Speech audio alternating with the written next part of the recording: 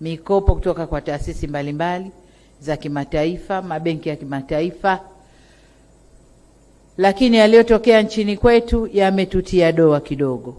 Kwa hiyo huenda yakatupunguzia sifa ya kupata hiyo mikopo kwa urahisi kama tulivyopata muhula wa kwanza wa awamu hii.